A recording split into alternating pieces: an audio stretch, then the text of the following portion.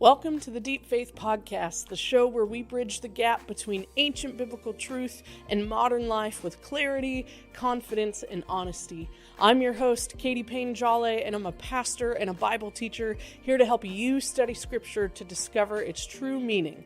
We'll talk about passages and topics that have often been misused, misinterpreted, or misrepresented and have left many of us feeling disenchanted with the church, disconnected from God, and distrusting of the Bible altogether. Each week we'll learn how to actually read and interpret the Bible using things like original languages, cultural customs, and historical context in order to read Scripture as it was intended so that we can recapture a wonder for who God is and all that He wants to do. So, grab your Bibles, refill your coffee, and come with me as we discover deep faith. Well, welcome back, scholars. We are in our fourth installment of a series examining what the Bible says about a woman's role within the leadership of the church, and today we're going to look at a passage that pretty audaciously says that women shouldn't teach or have authority over a man. At least that's how it reads at face value. But in this episode, we will look at the original language, the culture, and the context around 1 Timothy chapter 2 that seems to give these harsh directives to women about not having the authority to teach in the church. But I think we're going to be surprised at what is really going on, because there's a few questions that we are going to be answering today, like, does the Apostle Paul exclude women from church leadership entirely? Do women really just have to sit submissively silent to all men? What the heck is Paul saying about the significance of childbirth? And what does that have to do with anything? And let me give you just a quick forewarning. This will probably be my longest episode yet. There is a lot of context here in order to make all of this make sense. And also, while we are honing in to make a case about just two specific verses from 1 Timothy chapter 2, I will be referencing many other portions of this book, because remember, these letters were meant to be read in long form, not as small parts and pieces. So at some point, when you are done listening today, you may want to take just 10 to 15 minutes and read through the entirety of the book of 1 Timothy, just so you have a full picture of the context of what is actually going on. Okay, so with that said, make sure that cup of coffee is extra full and extra strong today before we dive into this, because if you're drinking anything other than strong coffee, you're just doing life wrong, okay? Now, if you are a millennial woman like me who grew up in the church, I imagine that this is probably the passage that you are the most familiar with as well when it comes to what your place is in the church. In the churches I grew up in, this passage was often linked as well to sexuality or to like purity culture. If you're unfamiliar with purity culture, then you escaped a whole generation of very specific spiritual trauma, and I am very happy for you in that regard. But it's true, this passage was often used to define a woman's sexual purity and linked that with her lack of authority within the church. I went to a church that took this passage in 1 Timothy so seriously that, as I shared a couple weeks ago, I couldn't even lead worship on stage unless I had a man up there with me, because that was considered teaching, and heaven forbid that I wear yoga pants while leading worship, okay? Again, if you avoided purity culture, good on you, okay? Although, what I found funny, again, is that women could lead Sunday school classes with little boys who grew up to be men one day, and that no one seemed to care about us having that kind of authority. So, I've got some questions about this passage today, and I think I've got some answers for us, and I think we're about to discover that this passage actually has a lot less to do with sexuality and a lot more to do with a false belief about who God was that was permeating the first century church. And the case that I'm going to propose to you today is that Paul is not giving this directive for women in all churches in all time periods to be silent, but is rather giving this directive to a specific group of women in a particular church for a very important reason, and that very little of it has to do with sexuality or purity culture like we were taught. So, we're going to go on quite a journey today through the ancient city of Ephesus, where we will explore its culture, history, pagan religions, and language, and hopefully be able to find some clues to really dissect what Paul is actually talking about here. Now, just a quick note of context, this book of the Bible is called 1 Timothy because it's Paul's first letter written to a guy named Timothy. Timothy is the leader over the church in Ephesus, which is in modern-day Turkey. The Roman Empire was in power, but there was also a lot of Greek influence that was permeating the city, and Greek and Roman culture was very similar to one another. And as with all of these New Testament letters, we are only getting to see one side of this conversation. Paul's letters throughout the New Testament are responses to situations, false teachings, and various people who are writing to him and asking him what to do. So Timothy has written some sort of letter to Paul, and what we are seeing is Paul's response to him throughout this book. So let's start by reading our so-called problem passage today. 1 Timothy chapter 2, verses 9 to 15. I also want women to dress modestly, with decency and propriety, not with braided hair or gold or pearls or expensive clothes, but with good deeds appropriate to the women who profess to worship God. A woman should learn in quietness and full submission. I do not permit a woman to teach or to have authority over a man. She must be silent, for Adam was formed first, then Eve, and Adam was not the one deceived. It was the woman who was deceived and became a sinner. But women will be saved through childbearing if they continue in faith, love, and holiness with propriety. So like I said, this sounds pretty audacious to our modern sensibilities, and since we believe that the Bible is the inspired word of God, it also seems pretty audacious that a God who created all people and who blessed and gave authority to all people, as we learned in episode 2 of this series, would then not permit half of those people to be able to teach the word that he wants people to hear about and to hopefully receive.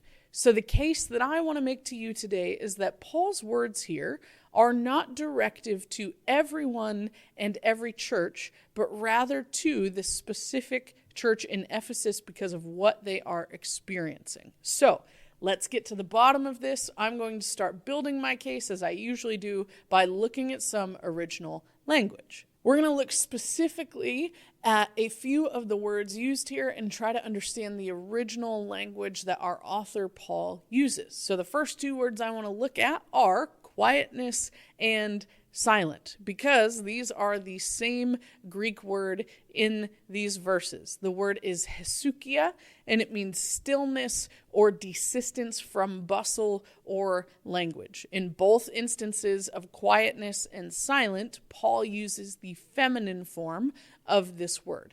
Now remember, this is something that we don't have in English. We don't have a gendered language system to define objects and context of certain things and sentences, but the Greek language does. And Paul is speaking about and to women here, so he uses the feminine form of this word, which is hesyxia. Again, for those of you on YouTube, there will be screenshots up in the screenshots up for you audio listeners. It will be in the show notes for you to access later. But you can see here, the feminine version of this word is used to reference a God-produced calm, which includes an inner tranquility that supports appropriate action. This term does not mean speechlessness. So, Paul isn't using quietness and silent to mean speechlessness. He's not instructing women not to utter a word, but rather it says right here that he wants them to act with a calmness that comes from knowing God, which produces inner tranquility and appropriate action. So I want you to keep that tab in your brain open for a little bit, and we'll come back to it, okay? So another word that Paul uses is authority, or the word authenteo in the Greek. And this is the only instance where this particular word is used in the New Testament. Its literal definition is to act of oneself, and figuratively it means to dominate, or like in the photo on the screen, again in the show notes for you audio listeners, it equates to unilaterally taking up arms. acting as an autocrat or being self-appointed. This is essentially the same idea that we discussed in Genesis 3, where God said he will rule over you, like doling that curse out to the woman.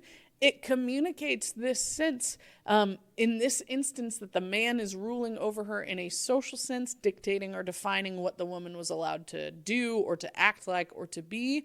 And the Greek word here is communicating the same idea, using authority over someone as a self-appointed autocrat, taking absolutely no account of other people's wants or needs or opinions, desires, or wishes. And in Genesis, God said the consequence was that man would rule over woman in a social sense. And so Paul is using essentially the Greek equivalent for that same Hebrew idea here in 1 Timothy 2. It seems that he is actually forbidding women from using the same type of sinful authority from the curse of Genesis 3 that rules over others in a way that takes no account of their well-being or their God-given value. This is like new wave man-hater feminism, where women hate men and think that men are like of the devil and should cease to exist. And there are women out there who believe that. I know some of them. But Paul is condemning that belief in the same way that in our earlier episode from Genesis condemns that belief for women, or on behalf of women, that everyone should be equal. But it acknowledges the reality of living in a sinful world. So Paul is forbidding women to have that kind of authority, similarly to how in our last episode on marriage in Ephesians 5, that godly men are supposed to elevate women back to that place of equality. We see that women likewise are supposed to respect that men are of equal authority and equal partnership and equality with them. So Paul isn't telling women here to be silent in the sense of being speechless, as we saw, and as many people take literally from just reading the English, nor is he implying that a woman shouldn't have any position of authority over a man, rather that she is not to domineer over him in the way that men have traditionally domineered over women, outside of God's original creative order and in an oppressive manner, like we see from the curse in Genesis 3. So we are going to come back to the word submission at the very end of today. I'm not skipping it, and I'm not afraid of that word. We just have some work to do to get there to be able to understand what we're really talking about. So the case that I have to build for you again today is simply showing us why Paul is calling for the submission of women in this particular church at Ephesus. And I believe the reasons for Paul's directive to this specific church is because of a very curious cult that was causing problems for Paul's protege, Pastor Timothy. Now, here's a question that we have to ask. Why would Paul feel the need to address women having quietness and silence, or rather the calm spirit and appropriate action, in verses 9 through 11? Or maybe the better question, since remember, we're only seeing one side of the conversation, is what prompted young Pastor Timothy to ask Paul about how women should be behaving in his church? Okay, now, as always, we have to consider the culture surrounding the church of Ephesus and surrounding this letter where Timothy pastored in order to read the Bible in context. And we also have to have this foundation before we can understand Paul's third directive about forbidding women to teach. So we need to start today. We did some language. Now we need to look at some cultural context, because remember that what we're seeing here, again, is only one side of a two-sided conversation. So in order to understand this passage, we really need to do some work in understanding some of the situations that may have been going on in Ephesus during this time. Okay, now, I highly recommend first finishing this podcast, okay, and then jumping over to listen to one of my favorite podcasts called Theology in the Raw by Preston Sprinkle, who I referenced in our last episode as well. It will help you gain a lot more insight and understanding on this topic when I link 2 of those podcasts below. There are episodes there from Dr. Sandra Richter, who's one of my favorite scholars, and from Dr. Sandra Glahn. Again, both of those episodes are in the show notes, and I'm going to summarize some of their work and thoughts for us here today, so you'll hear me referencing them. But both of these incredible scholars say that Paul's instructions to not allow women to teach in verses 11 and 12 actually hinge on the context of what's happening culturally in verses 9 and 10 and in verses 13 to 15, with the directive squeezed in the middle of that context. And so from all the research I've done, I'm going to agree with them. So let me finally build my case for you, okay? At this time, the cult of Artemis was the prevailing religious group in Ephesus during the time of Paul and Timothy. Acts chapter 19 even makes this clear when a riot starts in Ephesus after Paul says that carved idols depicting Artemis made by human hands are not gods. That was apparently news to the people there. Okay, now Richter poses that in this passage to Timothy, Paul is not giving a directive to all churches for all times and cultures, but rather is addressing the specific problem that the church at Ephesus is facing in the pervasiveness of the Artemis cult and the false teachings that they were bringing to the church. If you're a fan of the Percy Jackson series, you may be familiar with Artemis, though she's probably explained a little more age appropriately in that series than what people actually thought she was. So those who believed in the teaching of the Greek goddess Artemis believed that she and her twin brother Apollo were born to the supreme god Zeus and his mistress Leto. Mythology holds that Leto gives birth to Artemis, who was born first, and then immediately upon her birth, Artemis turns around and begins helping her mother deliver her twin brother Apollo, though she was just a newborn herself. Okay, so this is why the Greeks claimed that Artemis was the goddess of childbirth and was the protector of women. So because of this, Artemis is considered preeminent over many of the other gods, and the Greeks believed that Artemis was the source of life, despite the fact that Artemis had taken a vow to be a perpetual virgin. Now, a lot of people tend to think the Artemis cult was kind of like a sex cult or like a prostitution ring, and that's not really the case, because again, Artemis was a perpetual virgin. She took that vow. Now, I think the Artemis cult gets the reputation of being a very sexualized cult because she was the goddess of fertility, and throughout history, many women who were cult members often did dress very elaborately, which often made them look like prostitutes enticing men to sleep with them. However, most scholars seem to agree that that was not necessarily the case for the cult of Artemis at large. There were maybe some factions that were very sexualized, but certainly did not represent the cult as kind of a widespread practice because, again, perpetual virginity, okay? However, these cults were typically run and led by women, and they had a very heavy female following. Not to say that men didn't join, that they weren't part of the cult, but this cult was primarily run by women who did often have elaborate braided hairstyles, who wore intricate robes and expensive jewelry, especially if they were of high leadership status within the cult itself. History actually records that the cult often preyed upon and exploited money from families of elite status who had money and who wanted to do some fertility rituals, maybe for their daughters or for their sons, so that they could secure an heir.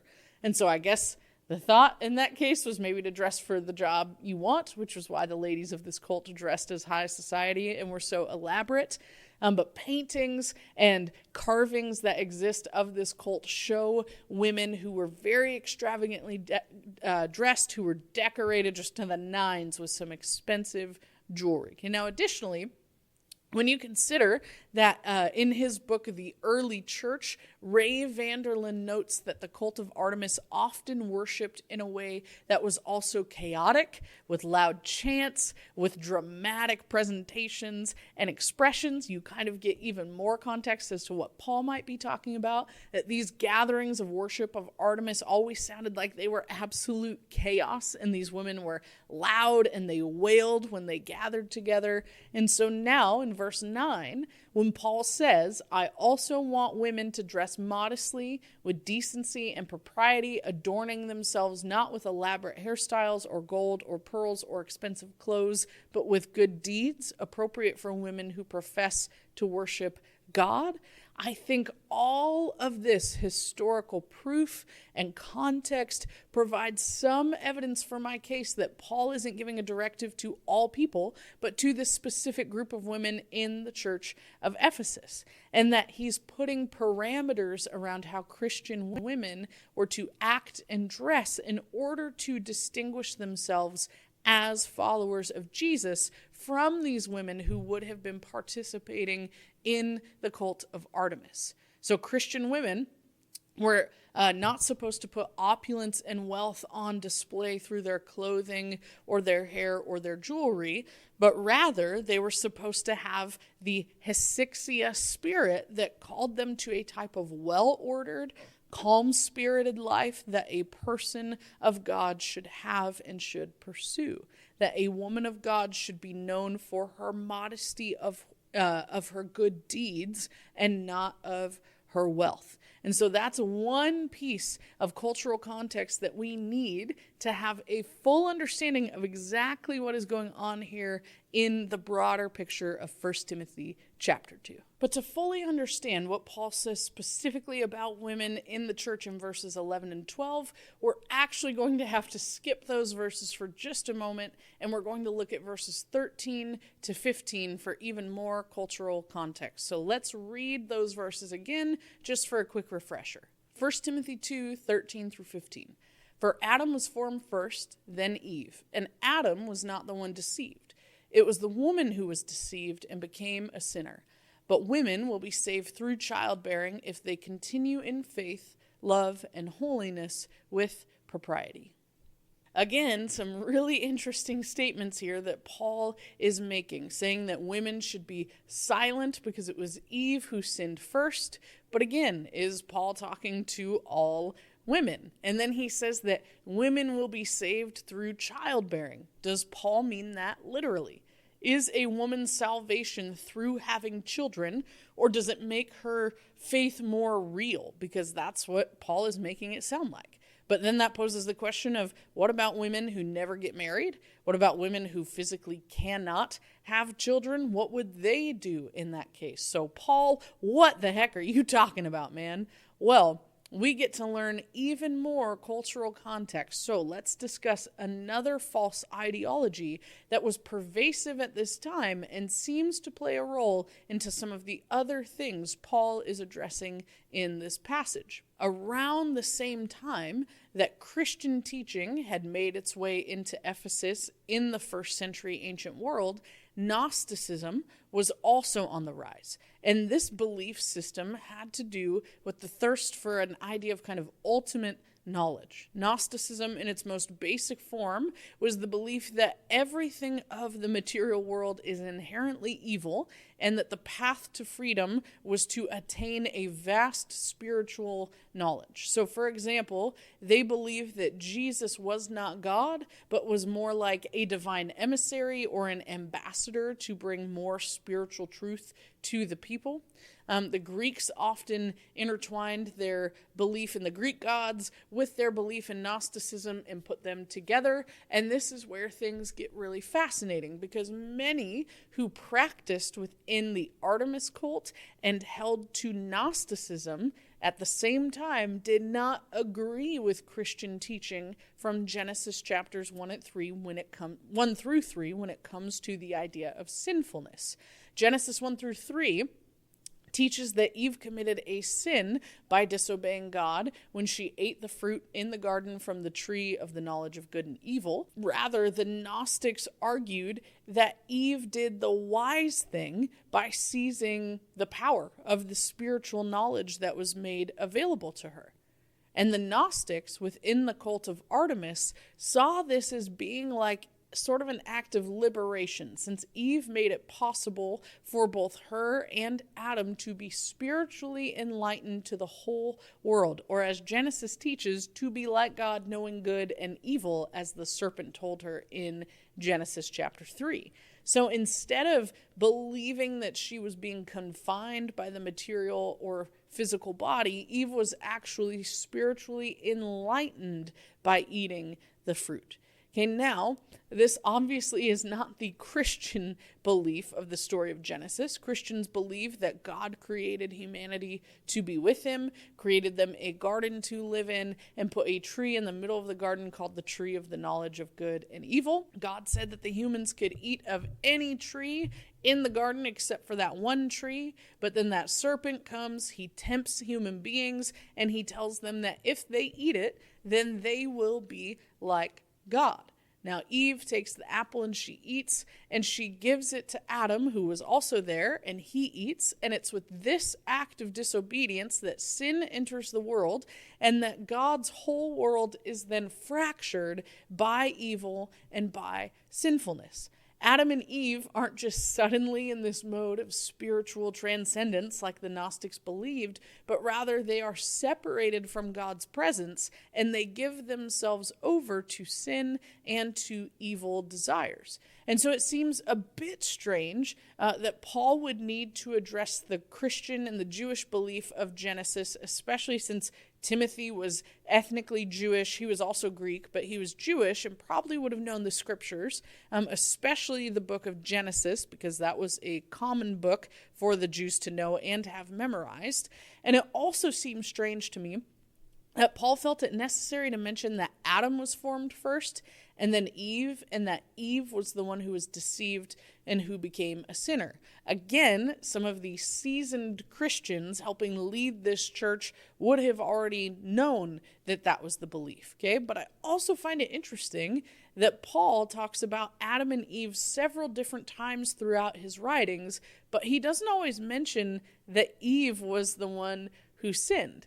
In fact, in Romans chapter 5, Paul specifically refers to sin entering the world through Adam, and in that specific instance, he is using it to show that while sin may have entered the world through Adam, righteousness entered the world through Jesus Christ. And whenever something is repeated like that in the Bible, like Paul repeats talking about Adam and Eve in several writings, we should always ask, why is this being repeated this time? So where Adam is compared to Christ, we now have Eve with sinfulness and childbirth. So why does Paul say in one place that sin entered the world through Eve, and in another one, he's saying that sin entered it through Adam, but that Christ was the second Adam to redeem us from sin? Why does he direct this discourse in 1 Timothy at Eve, as though he has to make clear to the church at Ephesus that Adam was formed first and that Eve was the one who sinned? And why is this the only time when Paul references Adam and Eve that he felt the need to address the fact that Adam was formed before Eve was? He didn't mention that in any of his other writings about Adam and Eve. So what is the significance of that statement if Paul doesn't address it anywhere else in his New Testament writings? Again, theologian Sandy Richter says that the only rational response is that since this is Paul's letter in response to Timothy and the Ephesian church, that someone in the church must be teaching that Adam was not formed first and that Eve did not sin.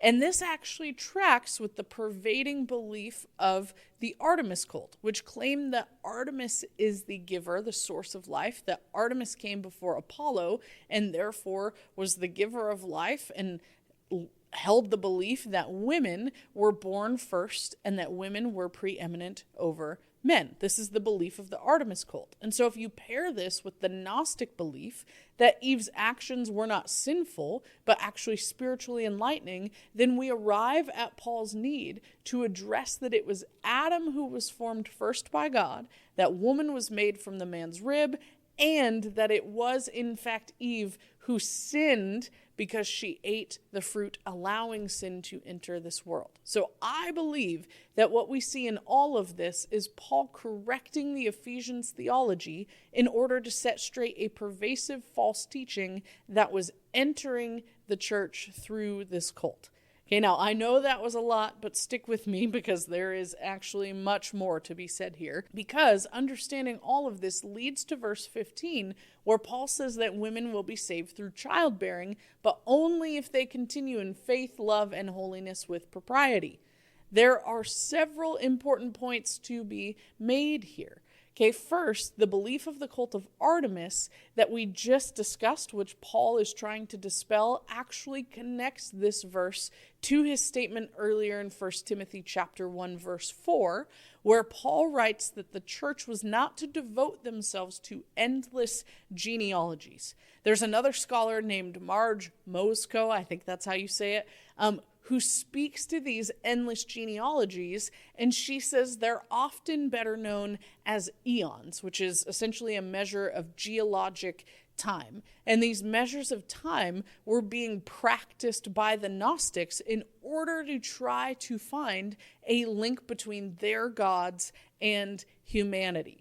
So the Gnostics put a lot of emphasis on genealogies, trying to find the intersection point between human and between divine. And with all that said, I find it very ironic that they couldn't bring themselves to believe that Jesus was God who stepped into humanity. But who knows? Who am I to say what the Gnostics should believe, right? Anyways, so because this was so common practice amongst the Gnostics, Paul instructs the Ephesians to not devote themselves to the same practice of tracking endless genealogies, trying to define that point because Jesus already came.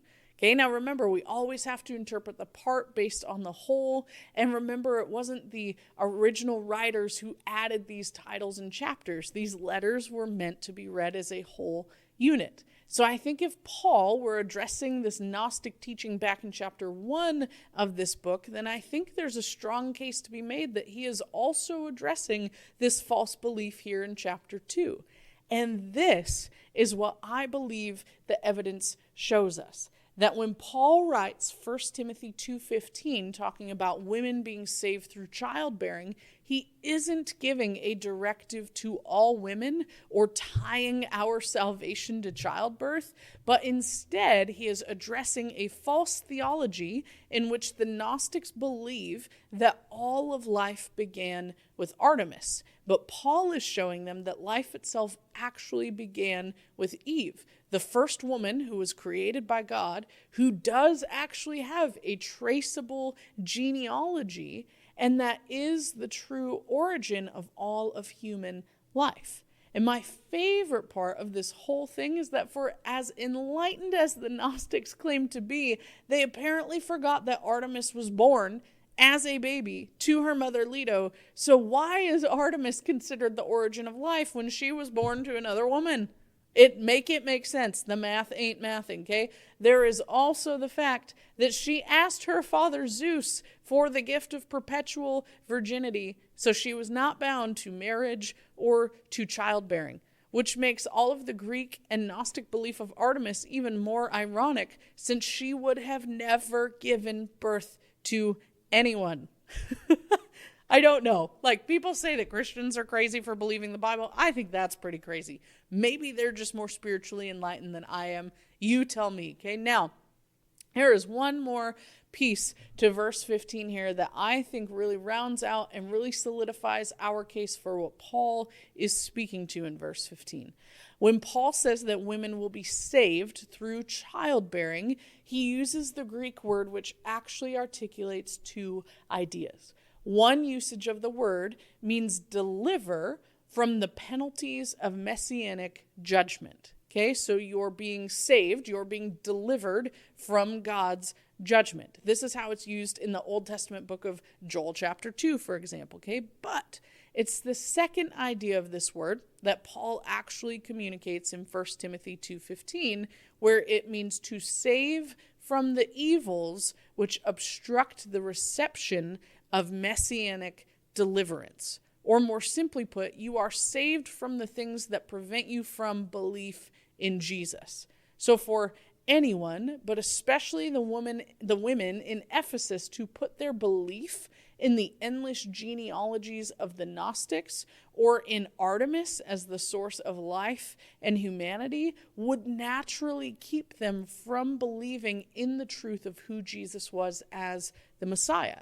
So these women who are leaving the practice of Artemis will be saved through childbearing because it means that they have truly decided to give up the belief of the cult of Artemis, that perpetual virginity is the way to life, and that they have now come to Christ and come under obedience to the God-given design for life to fill the earth and to multiply. Okay, now to be clear, I don't think it means that women who don't or who didn't or couldn't have children weren't carrying out their God-given ideal or that they weren't saved. Okay, that's definitely not the point that Paul is trying to make. You can be obedient to God's design for life and never marry and never have kids, to be very clear about that. But rather, what Paul is emphasizing is what it looks like for these particular women in Ephesus to exercise a true obedience to Jesus in giving up their former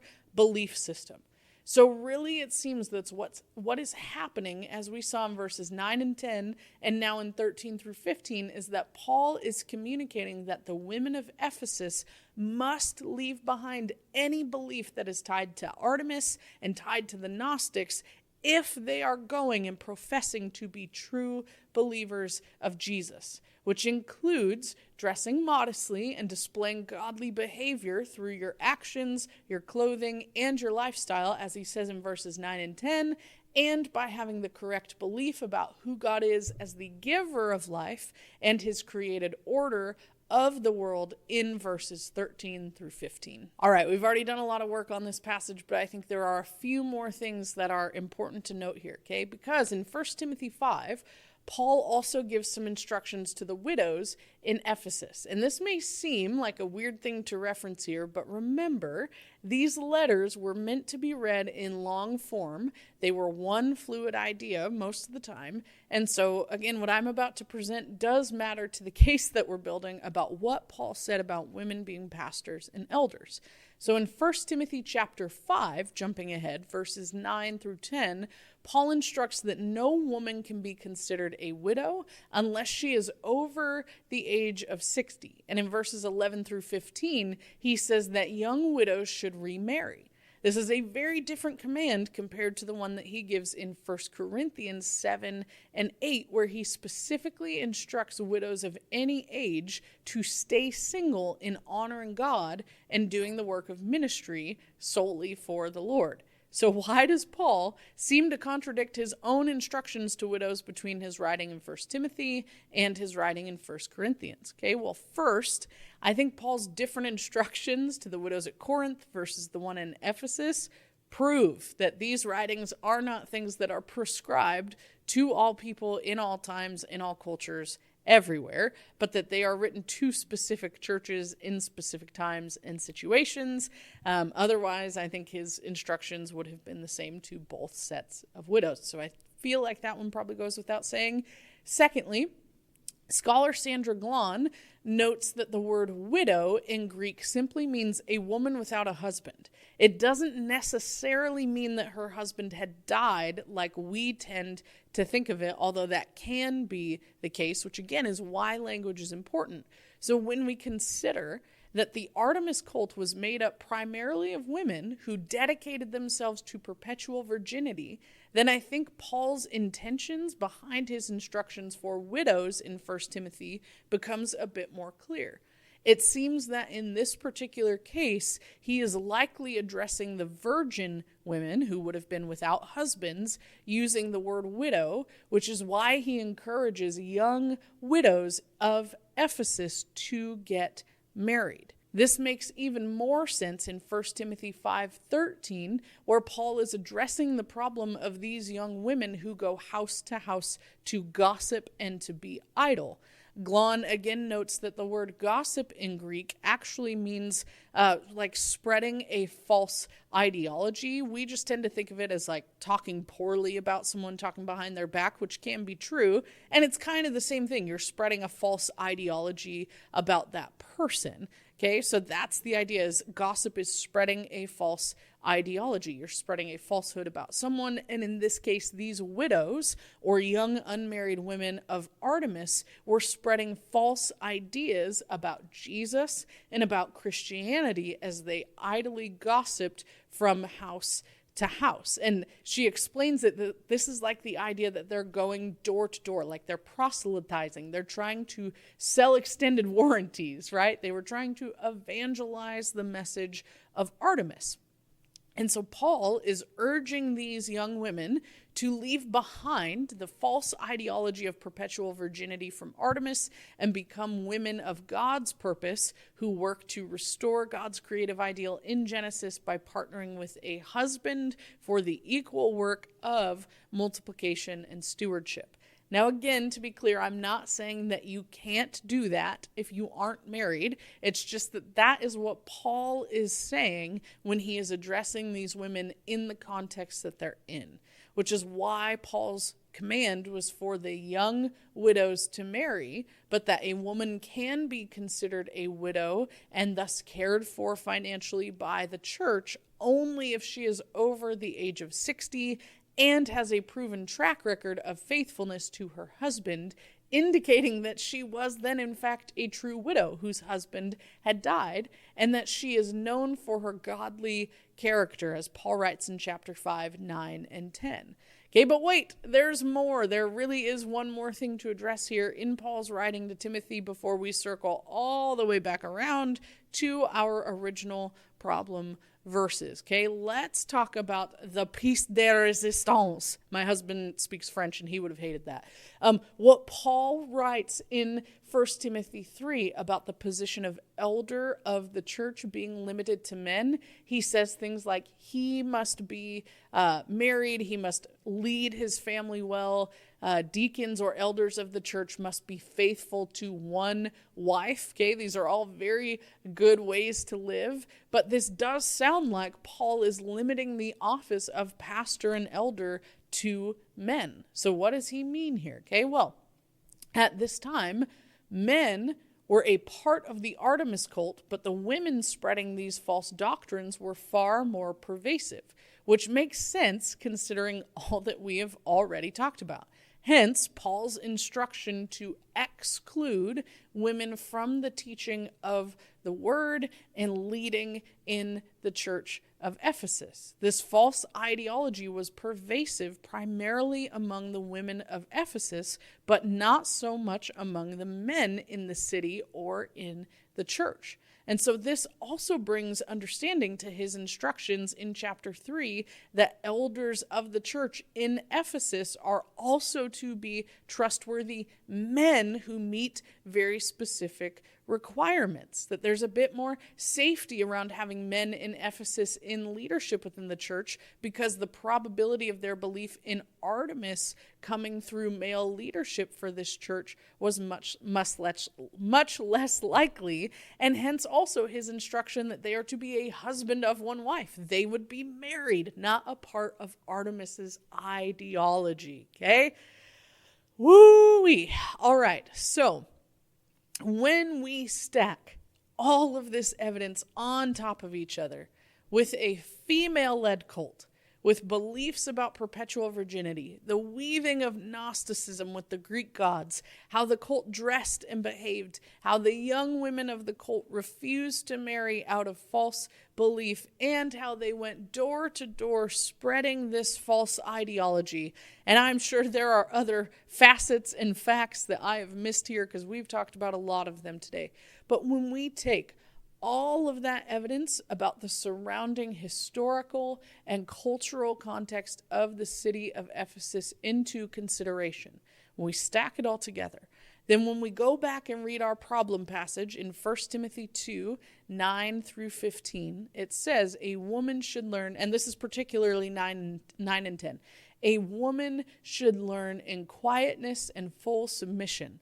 I do not permit a woman to teach or to have authority over a man. She must be silent.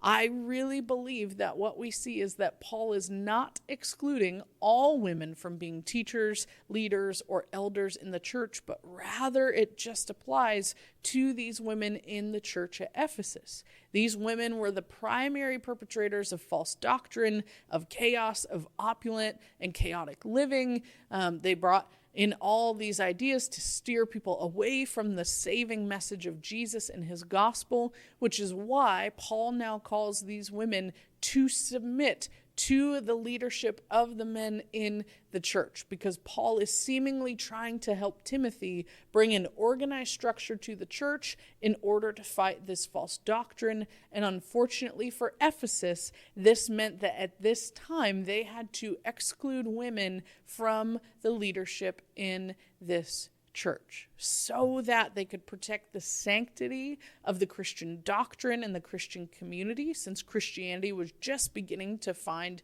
its foothold there in the ancient world. And so, no, based on reading the Bible in its full context with the original language, the history, the culture, I don't believe that Paul is banning all women like myself from being pastors and leaders of the church, that he's calling these women at Ephesus to submit to the men because of their previous track record of false ideology. Okay, but as always, I hope you don't just take my word for it. I want you to really read this for yourself. I want you to do your own research. I want you to take it all to heart. But from the evidence that I have presented today and the evidence that's still yet to come in our next couple episodes, especially in the last episode of this series, I simply cannot arrive at the fact that Paul is excluding all women from the work of pastoring and teaching and eldership within the local church. And I believe that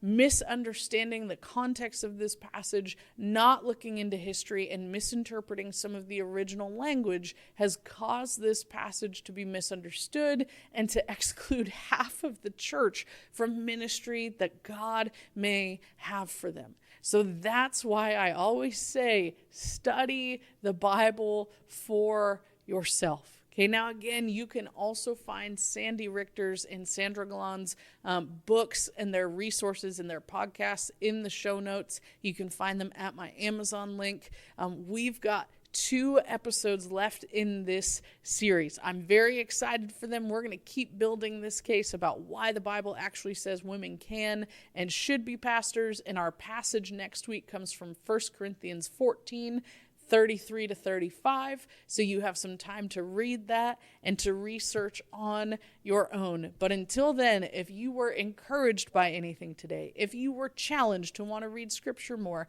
if you have come to a place where you are starting to ask some questions, then I would love if you would give this show a 5-star review on your preferred platform. And if you would share it with a friend so that they can know that the real truth of Scripture is what leads us to deep faith. Thanks for listening to the Deep Faith Podcast. If today's episode encouraged you, challenged you, or helped you see your faith in a new light, then I'd love for you to subscribe, share it with a friend, or leave a review. And to support the show and access bonus content, including exclusive interviews, live Q&As, and much, much more, subscribe to my Patreon with the link in the show notes below for as little as $5 a month. And don't forget to follow along on YouTube or on socials at Deep Faith Pod for more reflections and resources throughout the week. We'll see you next time.